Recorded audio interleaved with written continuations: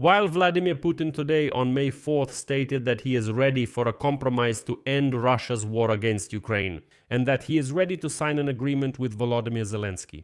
Volodymyr Zelensky himself published an open letter to the President of the Russian Federation from the President of Ukraine. Right now, I suggest we quote this letter and of course analyze it. My name is Pechiy. Let's discuss this topic together. Before we begin, I ask you to subscribe, leave a like and leave a comment, and also watch my previous episode about today's address by Vladimir Putin himself regarding Russia's war against Ukraine. So, today Zelensky surprised many people with his statement. Today, an open letter from the President of Ukraine to the President of the Russian Federation appeared on the website of the Office of the President of Ukraine. Well, I'll go ahead and quote this letter, and you can make your own conclusions. So, the President of Ukraine, Volodymyr Zelensky, writes, "When you, that is Vladimir Putin, became the head of Russia more than 26 years ago, many people in Ukraine had a positive attitude toward you. That's how it was, but that's in the past now. Now, the absolute majority of Ukrainians have a positive attitude toward the fact that our long-range drones visited the opening of your forum in St. Petersburg, having covered a distance of more than 1,000 kilometers. As you well know, this distance is not the limit. It's not the limit of our capabilities. 26 years of your rule have completely changed the agenda in relations between Ukraine and Russia. From discussions about trade turnover and other civil matters, our peoples have moved on to topics exclusively about casualties and losses. You have spent almost half of your 26 years in power in Russia at war against Ukraine.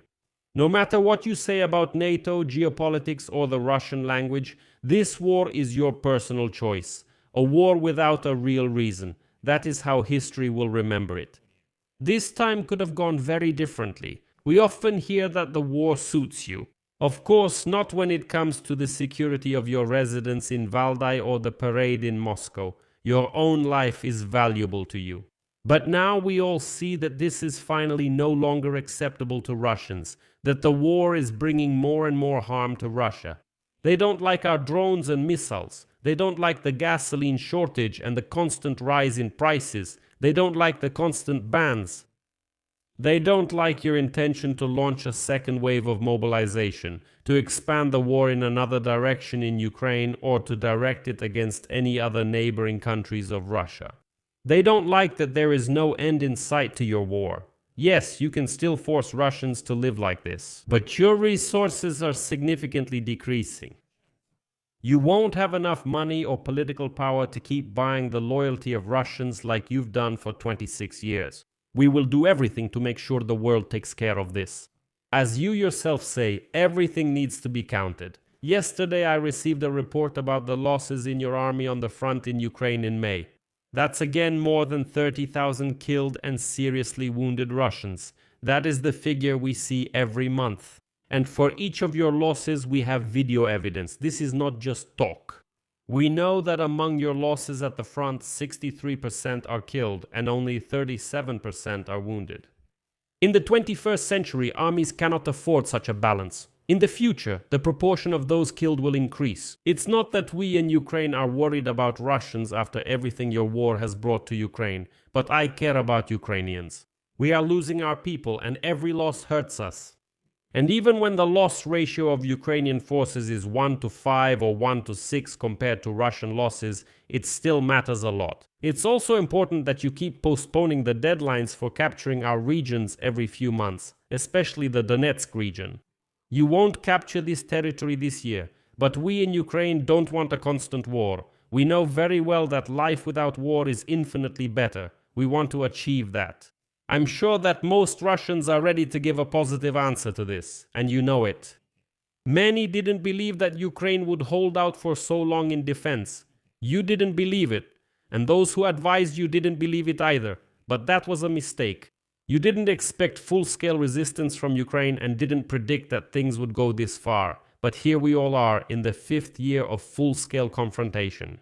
Don't be afraid to get out of the war. That's what's needed from you now.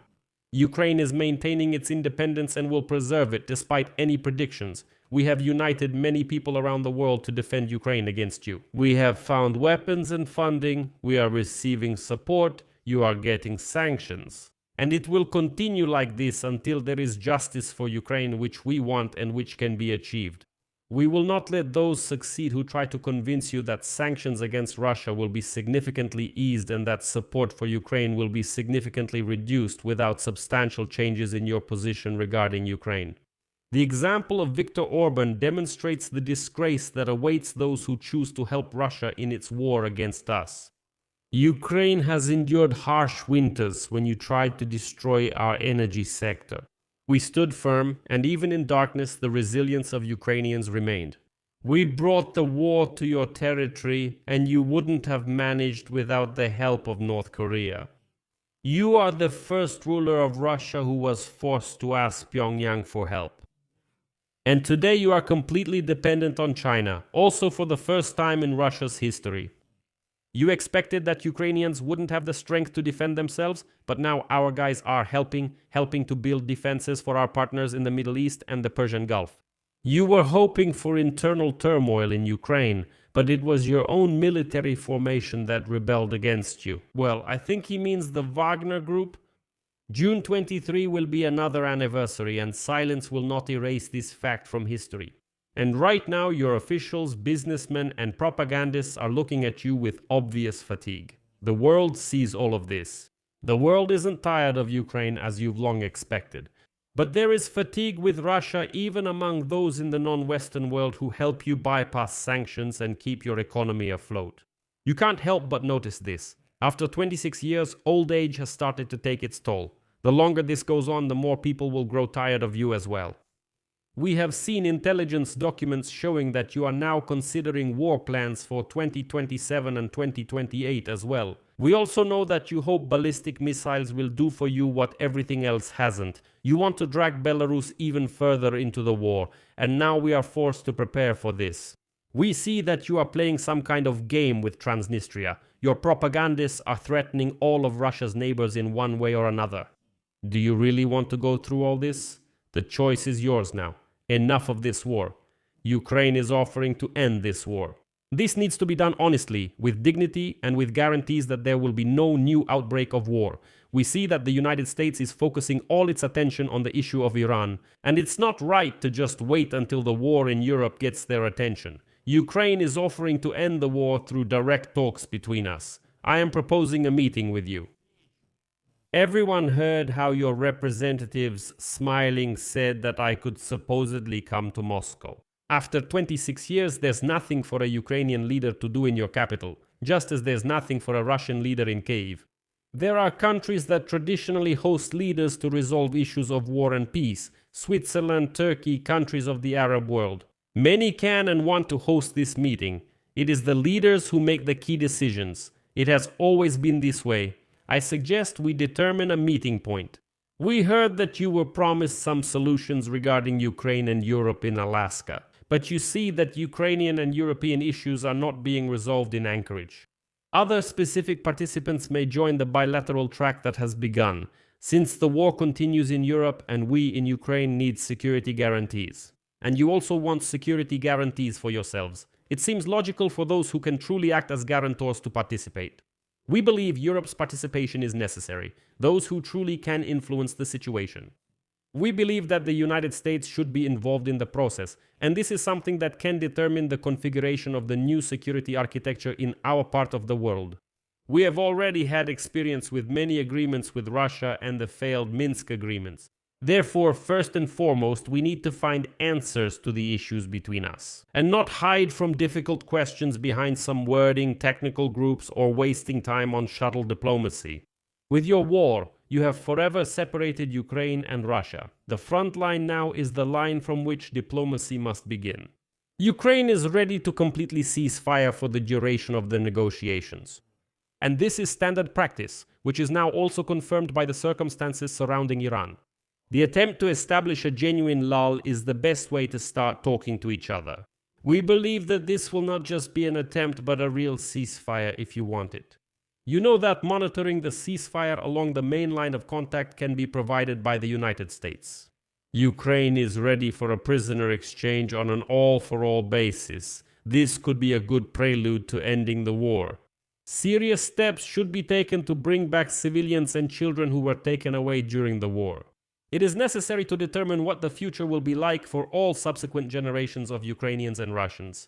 If you personally do not come to the conclusion that it is time to end this war, Ukraine will continue to fight for its existence. We will have those who support us. But you will also have to fight much harder for your existence, not Russia's, but your own personal existence. And this is not a threat from me or from Ukraine. These are facts of Russian history that you know well. When Russia gets tired, changes happen. We can work towards such exhaustion. You can pause your war. Eternal memory to all whose lives were taken by this war. Glory to Ukraine. This is the kind of open letter Zelensky wrote to the Russian dictator Vladimir Putin, and now of course it will be interesting to see his reaction. But I think he will be silent for a while, because right now he was just speaking in front of Russian propagandists. And he was saying there that he is ready to meet with Zelensky at any moment and so on. But now he is being called to negotiations. So let's see where this leads. I'll leave it at that for now. Share your opinions and conclusions in the comments under this episode. Subscribe to the channel and don't forget to like. That's all for now. Take care of yourselves. Goodbye, everyone.